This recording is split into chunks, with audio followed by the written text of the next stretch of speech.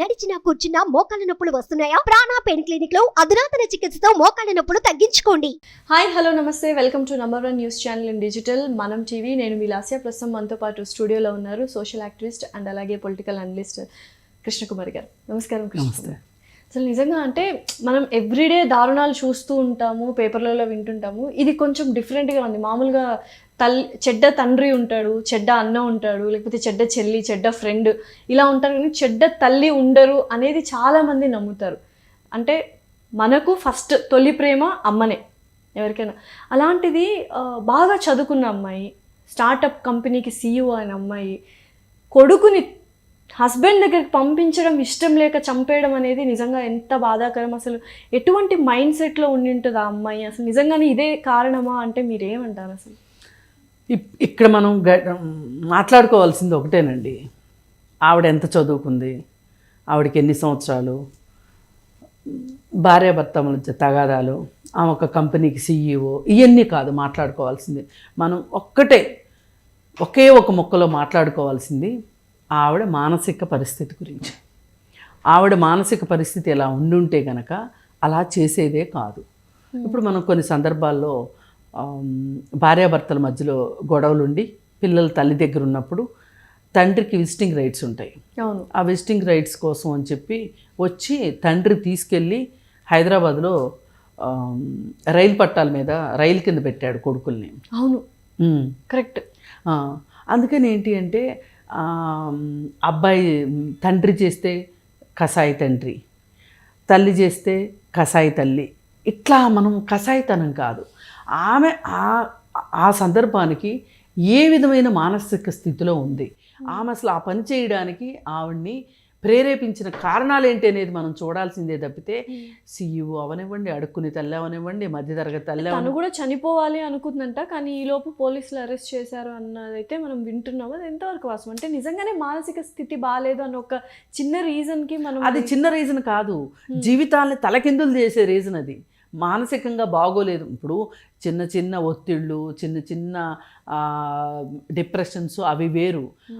మామూలుగా మహిళలకి గర్భిణీ సమయంలోనూ అలాగే డెలివరీ డిప్రెషన్స్ ఉంటాయి.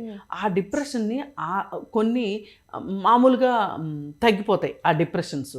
కానీ కొంతమందికి ఆ డిప్రెషన్ తగ్గనప్పుడు ఏం చేయాలి అంటే ఇంట్లో పెద్దలు కావచ్చు, భర్త కావచ్చు, ఆమెకి ఒక అవసరమైన చికిత్సను అందించడానికి ముందుకు రావాలి. అది అందించకపోతే అది పెరిగి ఇంత దారుణానికి, అంటే మనం ఇక్కడ ఈ చంపడం ఒక్కటే ఆలోచిస్తున్నాం. అసలు వాళ్ళిద్దరికీ మధ్యలో కొంతమంది పిల్లలు పుట్టిన తర్వాత సర్దుకుపోయే వాళ్ళు ఉంటారు. తప్పు భార్యదా భర్తదా తర్వాత విషయం, అది మనం జడ్జ్ చేయడం కాదు. సర్దుకుపోతారు, పిల్లలు ఉన్నారు కదా అని సర్దుకుపోతారు. కొంతమంది పిల్లలున్నా సర్దుకుపోలేని సమస్యలు ఉంటాయి. అలాంటప్పుడు ఓకే, కానీ అంత విఘ్నత ఉన్నవాళ్ళు ఇలా చెయ్యరు. ఇక్కడ ఏంటి అంటే ఆ భార్యాభర్తల మధ్యలో గొడవలకి కూడా కారణం ఏమై ఉండొచ్చు అంటే ఈమె మానసిక పరిస్థితి కూడా కొంతవరకు కారణమై ఉండొచ్చు. ఈమె మానసిక పరిస్థితిని అర్థం చేసుకోలేక డీల్ చేయడం రాని భర్త అసక్తత కూడా కావచ్చు. ఇక్కడ ఖచ్చితంగా మన పెళ్లి మంత్రాల్లోనే ఉంటుంది కదా, అద్దేచ నా మోక్షేశ నాతిచరామి అని ఉంటుంది. అంటే కష్టాల్లోనూ సుఖాల్లోనూ నీతో తోడుంటానని చెప్తారు. అలాంటప్పుడు భార్య మానసిక పరిస్థితి బాగలేనప్పుడు భర్త పట్టించుకోకపోయినా, భర్త మానసిక పరిస్థితి ఆర్థిక పరిస్థితి ఏమైనా బాగలేనప్పుడు భార్య పట్టించుకోకపోయినా అది దాంపత్యం అనిపించుకోదు కదా. అంటే అలాంటి వాటికి కూడా ఆమె అతీతంగా వెళ్ళి డివోర్స్ దాకా వెళ్ళి విజిటింగ్ రైట్స్ను కూడా చట్టం ఇచ్చిన దాన్ని కూడా ఆమె అంగీకరించలేక ఈ పని చేసింది అంటే, పైగా చేసి ఆమె ఒక ప్రాంతం నుంచి ఇంకో ప్రాంతానికి ప్రయాణం చేసింది. ఇది దీన్ని బట్టి మనం ఆ మానసిక పరిస్థితిని అర్థం చేసుకోవచ్చు. ఇప్పుడు ఆ పిల్లాడిని చంపి తను కూడా చనిపోయింది అనుకోండి, అక్కడ మానసిక స్థితి ఎంతో కొంత మెరుగ్గా ఉన్నట్లు లెక్క. అంటే నేను సపోర్ట్ చేస్తున్నాను కాదు. కరెక్ట్ అర్థమైంది. అంటే ఆమె కానీ ఒక బ్యాగ్లో పెట్టుకొని ఒక ప్రదేశం నుంచి ఇంకో ప్రదేశానికి వెళ్ళేంత నేర మనస్తత్వం ఆవిడికి వచ్చింది అంటే అది మామూలు విషయం కాదు. అది సొంత కొడుకుని అసలు ఎవరినైనా చంపడానికి లేదండి.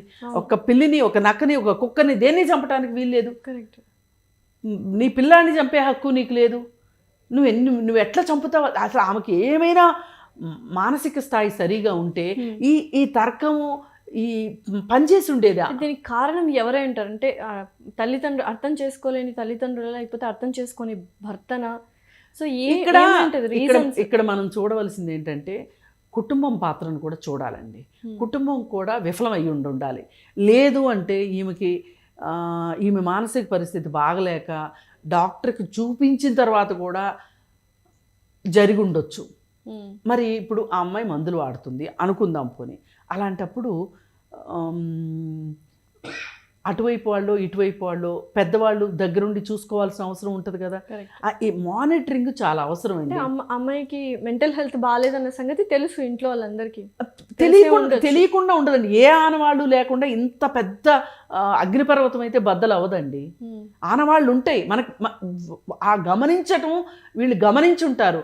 పోనీ ప్రయత్నాలు చేసి విసిగిపోయినా ఉండాలి. ఏదైనా కానీ ఆమె మానసిక పరిస్థితే ఇక్కడ మనం ఆలోచించాల్సిన విషయం. అందుకే WHO ఏం చెప్తుందంటే, వరల్డ్ హెల్త్ ఆర్గనైజేషన్ ఏం చెప్తుందంటే, ఒక మనిషి ఆరోగ్యంగా ఉన్నాడు అంటే శారీరకంగా ఆరోగ్యంగా ఉంటేనో లేకపోతే అవయవాలన్నీ పనిచేస్తేనో కాదు, మెంటల్ వెల్బీయింగ్ కూడా ఇంపార్టెంటే. అదే ప్రధాన కారణం ఇప్పుడు యాక్చువల్గా ప్రతి ఒక్కటి జరగటానికి. ఇప్పుడు అడ్జస్ట్మెంట్ ప్రాబ్లమ్స్ రావటము, ఇంట్లో ఏదైనా అనుకోని విషయం ఏదైనా జరిగినప్పుడు దాన్ని మేనేజ్ చేసుకోలేకపోవటం, దాన్ని డైజెస్ట్ చేసుకోలేకపోవటం, ఇవన్నీ కూడా ఏంటంటే మానసికంగా ఉండాల్సిన బ్యాలెన్స్ లేకపోవటం. ఇనిషియల్ స్టేజెస్లోనే అది గమనిస్తే, అవేర్నెస్ తీసుకొస్తే దానికి ఏమైనా ఉపాయం ఉంటుందేమో. అది అలా ఉండి ఉండి ఉండి ఉండి ఒక్కసారిగా ఇలా బర్స్ట్ అయిపోయి ఇటువంటి సంఘటనలు. ఇప్పుడు నెటిజన్స్ అంతా సోషల్ మీడియాలో ఏం మాట్లాడుతున్నారు? చదువుకున్న అమ్మాయి, ఒక CEO అని మాట్లాడుతున్నారు. ఇప్పుడు చదువుకున్న అమ్మాయి కావచ్చు, CEO కావచ్చు, వీళ్ళకి మానసిక సమస్యలు ఉండవా? చదువుకున్న అమ్మాయికి మానసిక సమస్యలు ఉండకూడదని ఎక్కడన్నా ఉందా? ఒక CEOకి మానసిక సమస్యలు ఉండకూడదని ఎక్కడన్నా ఉందా? ఉండొచ్చు. ఉన్నా కానీ వాటిని అధిగమించవచ్చు. ఆ హోప్ కావాలి వాళ్ళ సమాజంలో. మానసిక సమస్యలు అనగానే వాళ్ళని పిచ్చివాళ్ళగా ముద్రేసేసి వాళ్ళని సమాజం అంచులకు నెట్టేస్తారు. సొసైటీ తప్పు కూడా ఉంది. వీళ్ళకి అవగాహన లేక వాళ్ళని ఏదో ఒకటి అంటూ ఉంటారు. వాళ్ళు ఏదో అప్పుడప్పుడే దానిలోంచి బయటికి రావడానికి ప్రయత్నం చేస్తూ ఉంటారు. సహకారం అందదు. కుటుంబ సభ్యులు సహకారం అందదు, భర్త సహకారం అందదు, భార్య సహకారం అందదు, చుట్టుపక్కల స్నేహితులు సహకారం అందదు. అలాంటప్పుడు వాళ్ళకున్న దారి ఏమై ఉంటుంది? ఇంకా చావే ఒక దారి అయి ఉంటుంది. ఇప్పుడు ఆర్థిక సమస్యల్ని తట్టుకోలేక ఆత్మహత్యలు చేసుకునే వాళ్ళు కొంతమంది ఉన్నారు. పిల్లలకి విషం ఇచ్చి భార్యాభర్త ఇద్దరు కలిసి చచ్చిపోయే వాళ్ళు ఉన్నారు. చాలా సంఘటనలు జరుగుతూ ఉన్నాయి. ఇది మరీ అంటే ఆమె మానసిక స్థితి ఎంత దారుణంగా ఉందో ఈ ఒక్క ఘటన చూస్తే మనకు అర్థమవుతుంది. ఇప్పుడు ఆమె చంపేసి తను కూడా చచ్చిపోయింది అనుకోండి, అది ఒక నార్మల్ ఒక ఎక్స్టెంట్ లో ఉన్నట్టు ఒక ఎక్స్టెంట్. కానీ ఈమె ఆ డెడ్ బాడీ, తను చనిపోకుండా డెడ్ బాడీని బ్యాగ్ లో పెట్టుకుని వెళ్ళింది అంటే అదేంటి? ఏం చేద్దాం అనుకుంది అసలు? దాచిపెడదాం అనుకుందా? ఇంకా ఆమెకే తెలియాలి. అంతే ఆమెకే తెలియాలి. ఎక్కడో చోట పడేసేసేసి మళ్ళీ నార్మల్ లైఫ్లోకి వద్దాం అనుకుని ఉంటుంది. ఇప్పుడు జాలీ జోసెఫ్ అని కేరళలో విషయం ఉంది కదా, సైనైడ్ అండ్ కర్రీ అని నెట్ఫ్లిక్స్లో డాక్యుమెంటరీ వస్తుంది. ఇప్పుడు ఆ డాక్యుమెంటరీ వస్తుంటే దాంట్లో మరి 10 సంవత్సరాల పాటు 6గురిని చంపి ఆమె మామూలుగానే ఉంది. ఆమె 2 ఏళ్ల పసిబిడ్డను కూడా వదలలేదు. పైగా ఆ 10 ఏళ్ళు అంటే ఒకరిని చంపినాక మనకు నిద్ర ఎలా పడుతుంది, ఎలా ఉంటుంది, అలాగా 10 ఏళ్ళు అత్త, మామ, తర్వాత మరిది, భర్త, హస్బెండ్, తర్వాత ఎవరో అంకుల్, తర్వాత తను ఇల్లీగల్ రిలేషన్షిప్లో ఉన్న కూతుర్ని, వాళ్ళ భార్యని, ఇద్దరిని. అసలు నిజంగా ఆమె అడిగిన తర్వాత కూడా లాస్ట్లో నాకేమీ రెగ్రెట్ లేదు అంటుందంట. అదే వాళ్ళు వాళ్ళ మానసిక స్థాయిని, మానసిక పరిస్థితిని వాళ్ళే సమర్థించుకునే పరిస్థితి అన్నమాట ఇది. అంటే అలాంటి మానసిక పరిస్థితి ఉన్న వాళ్ళు బయట అందరితో నార్మల్ గానే ఉంటారు. ఇప్పుడు ఈ అమ్మాయి కూడా మేబీ నార్మల్ గా ఉండిండొచ్చు, కానీ తనలో తను చాలా మదన పడిపోయి ఉంటదేమో అనుకుంటున్నా. అదే స్ప్లిట్ పర్సనాలిటీ అండి ఇది. ఆ స్ప్లిట్ పర్సనాలిటీ ఉన్న వాళ్ళు ఇలాగే చేస్తారు. అయితే ఏది ఏమైనప్పటికీ నేను చాలామందిని ఫ్యామిలీ కౌన్సిలింగ్ చేసేటప్పుడు గమనించి నేను ఒక మాట చెప్తాను. మీలో ఇద్దరికి ఆరోగ్య పరిస్థితి బాగాలేని వాళ్ళు ఉన్నారు అంటే ఫిజికల్గా కాదు, మానసికంగా లేదు, ఒకళ్ళకే మానసికంగా బాగలేదు, వాళ్ళు రెండో వాళ్ళని చూసుకోవాలి. ఇద్దరికి మానసికంగా వీళ్ళిద్దరూ బాగలేదు అంటే ఇద్దరు డాక్టర్ దగ్గరికి వెళ్ళడానికి ఈ ఇరు కుటుంబాల వాళ్ళు సహాయం చేయాలి, సహకారం అందించాలి. డాక్టర్ దగ్గరికి వెళ్ళడము, వీళ్ళు మళ్ళీ నెల నెల డాక్టర్ దగ్గరికి వెళ్తున్నారా లేదా, డాక్టర్ ఇచ్చిన మందులు వేసుకుంటున్నారా లేదా, ప్రోగ్రెస్ ఉందా లేదా చూసుకోవాలి. అసలు మానసిక సమస్యలు అనగానే ఇంకా అవి అసలు పరిష్కారం కావు అనుకునే అవగాహన లేని వాళ్ళు చాలామంది అనే ఉద్దేశమే ఉంటుంది తప్పితే పరిష్కారం అవుతాయి అన్న అవగాహన లేని వాళ్ళు చాలా ఎక్కువ మంది ఉన్నారు మన సమాజంలో. వాళ్ళు చదువుకున్న వాళ్ళ చదువుకోని వాళ్ళ పక్కన పెట్టేసేయండి. ఎవరికైనా ఈరోజు మానసిక ఆరోగ్యం గురించి అవగాహన అవసరం. ఆ అవగాహనే గనక ఉండున్నట్లయితే గనక మనకు ఒక సమస్య వచ్చింది అన్నప్పుడు దాన్ని మొగ్గలోనే తుంచేయగలుగుతాం. దాన్ని ఇంత పెద్ద అయ్యేలాగా చేసుకోకుండా ఉండగలుగుతాం. అది చాలా అవసరం ఇవాళ. ఎందుకంటే మనకి ఆర్థిక సమస్యలు ఎక్కువగా ఉంటున్నాయి, ఉద్యోగాల గ్యారంటీ ఉండట్లేదు, అలాగే పెళ్ళిళ్ళు చేసుకున్న పెళ్ళి నిలబడుతుందో లేదో తెలియట్లేదు, అలాగే వ్యాపారాలు చూస్తే అలాగే ఉన్నాయి. ఇలాంటి పైగా మనకి ఈ మార్కెట్ ఒకటి మన నెత్తి మీద కూర్చుంటుంది. అంటే మనం ఖర్చు పెట్టకుండా ఉండలేని పరిస్థితి. అవును, అది లైఫ్ స్టైల్ అలా అయిపోయింది, కన్స్యూమర్ మార్కెట్ అయిపోయింది. వీటన్నిటి మధ్య వల్ల పైగా ఇప్పుడు ఇది టెక్నాలజీ ఒకటి మన నెత్తి మీద వచ్చి కూర్చుంది భూతంలాగా. వీటన్నిటి మధ్య మనిషి నలిగిపోతున్నాడు. ఈ నలిగిపోయే క్రమంలో ఒక చిన్న ఒత్తిడి, ఒక డిప్రెషను, అలాగే ఇంకొన్ని జబ్బులు, కొంతమందికి పిల్లలు అంగవైకల్యంతో పుడితే కనుక ఆ తల్లికో తండ్రికో మానసిక అనారోగ్యం దెబ్బతినే అవకాశం ఉంటుంది. డెఫినెట్లీ, ఎందుకంటే వాళ్ళతోనే ఉంటారు కాబట్టి ఇటువంటి కేసెస్ చాలా బిహేవియర్ కూడా వాళ్ళలాగే మారిపోతుంది. మరి అలాంటి పరిస్థితి వచ్చినప్పుడు కూడా దాన్ని కూడా నిలదొక్కునే పరిస్థితిలోకి వీళ్ళు ఉండాలి, ధైర్యం ఉండాలి. అప్పుడు ఇది ఎలా అవుతుంది అంటే వాళ్ళ పార్ట్నర్కి అవగాహన ఉండాలి. కనీసం వాళ్ళ పార్ట్నర్కి అవగాహన ఉంటే వాళ్ళు వీళ్ళని దానిలోంచి బయటికి తీసుకురావడానికి ప్రయత్నం చేస్తారు. అలాగే కొంతమంది ఏం చేస్తారు అంటే భార్యకి అనారోగ్యంగా ఉందనుకోండి, మానసికంగా ఆరోగ్యంగా లేదనుకోండి, మీరు డాక్టర్ దగ్గరికి వెళ్ళండి, తీసుకెళ్ళండి, చూపించండి, మందులు వేసేది చూపించండి, మందులు సరిగా వేసుకుంటుందో లేదో చూడండి. లేదు అంటే మీకు ఇప్పటికే పిల్లలు ఉన్నారు, ఈ పిల్లలు కూడా ఎఫెక్ట్ అయ్యే అవకాశం ఉంటుంది అని ఎన్ని రకాలుగా చెప్తే ఒక్కొక్క మహిళ పోలీస్ స్టేషన్కి వచ్చి కేసు మీద కేసు పెడుతూనే ఉంటుంది. భర్త మీద కంటిన్యూగా కంప్లైంట్లు ఇస్తూనే ఉంటుంది. వీటిని ఇంత తరచుగా కంప్లైంట్లు ఇచ్చే వాళ్ళని వాళ్ళ గురించి మనం ఆలోచించాలి. డెఫినెట్లీ వాళ్ళని డాక్టర్ దగ్గరికి వెళ్ళేటట్లుగా మనం ఈ భర్తనే ఎంకరేజ్ చేయాలి. నువ్వు తీసుకెళ్ళు బాబు, తీసుకెళ్ళు అని అతనికి మానసిక ఆరోగ్యం గురించి అవగాహన కలిగించాలి. అతనికి అవగాహన ఉండదు పాపం, అతను నా మీద కక్ష కట్టిందేమో అనుకుంటారు. పైగా ఇంకోటి ఏం చేస్తారు అంటే వాళ్ళ అమ్మ వాళ్ళు పట్టించుకోరు, నేనే ఎందుకు పట్టించుకోవాలి.